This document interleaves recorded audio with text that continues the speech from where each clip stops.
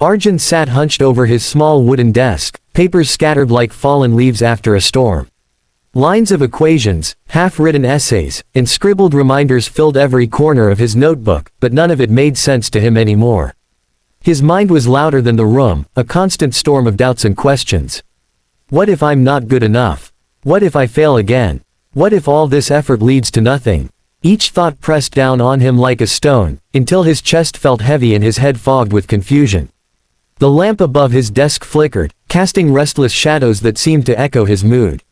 He gripped his pen tighter, as if forcing himself to write would push the anxiety away, but the page remained nearly blank, mocking him with its emptiness.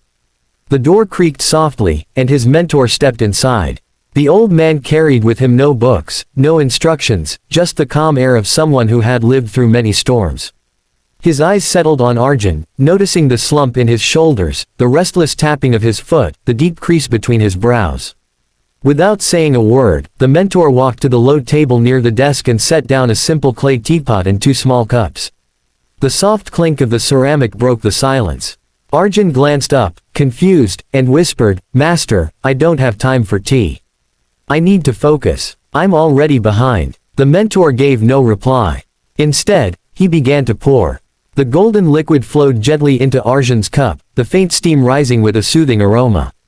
Arjun's eyes followed the stream of tea as the cup filled. He expected his mentor to stop once the cup reached the brim, but the hand kept pouring.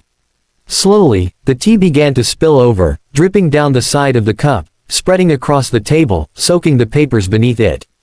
"Master!" Arjun exclaimed, jumping up to grab the teapot. "It's full. No more can go in. Look, it's wasting everywhere." The old man's lips curved into the faintest smile. He placed the teapot down with steady hands and looked directly into Arjun's restless eyes. "Exactly," he said in a calm, even tone. "This cup is your mind." Arjun froze, his breath caught in his chest. "It is already overflowing," the mentor continued, gesturing gently toward the dripping tea, "with doubts, with fears, with worries about tomorrow and regrets about yesterday. You try to force more in, more knowledge, more plans, more effort, but there is no space. Nothing new can stay. It only spills, just like this tea." Arjun's face flushed with shame. He lowered his gaze to the wet papers on the desk, words blurring where the tea had seeped through the ink. He wanted to argue, to say he was simply trying harder, that he couldn't afford to slow down, but the truth was undeniable. His mind felt exactly like that overflowing cup, noisy, restless, crowded, and unable to hold a single drop more. The mentor leaned closer, his voice soft but firm. "If you wish to learn, if you wish to grow stronger, you must first empty your mind. Create space for wisdom to enter. Only then will the lesson stay." For a long moment, silence filled the room. The dripping tea slowed, forming a small golden pool on the table. Arjun stared at it, the reflection of the lamplight flickering in the liquid.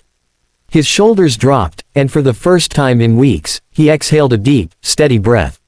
The metaphor was clear, and it pierced through the fog in his thoughts. He realized that all this time, he had been piling up noise inside his head, leaving no room for clarity. His mentor reached for his own cup, lifted it gently, and sipped. The quiet act seemed to say more than words ever could. Arjun sat back down slowly, watching, listening, not to the storm in his mind, but to the stillness of the moment.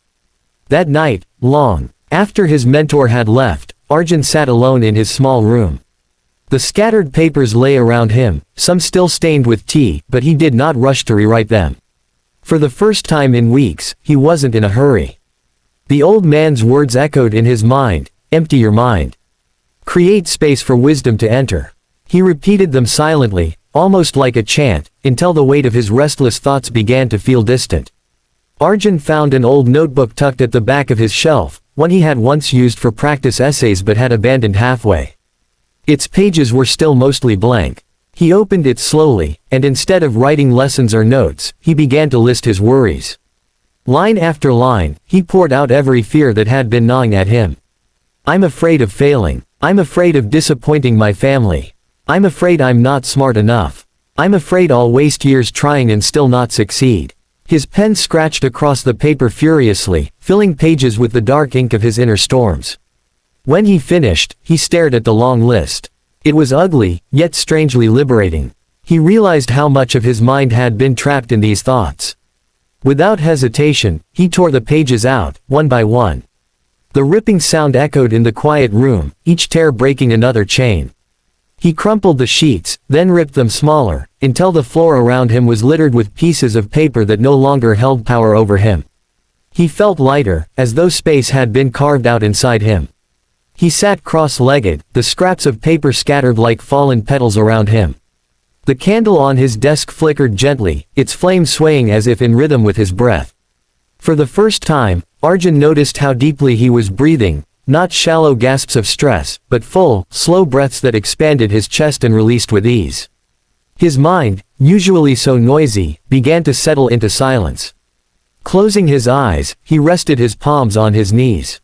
Thoughts tried to rise. What about tomorrow's exam? What if I forget again? But instead of chasing them, he let them drift away, as though they were clouds passing across an open sky. In the quiet, he discovered something surprising. Beneath the noise, beneath the panic, there was calm. A strength he had never noticed before sat quietly at the core of his being, waiting for him to uncover it.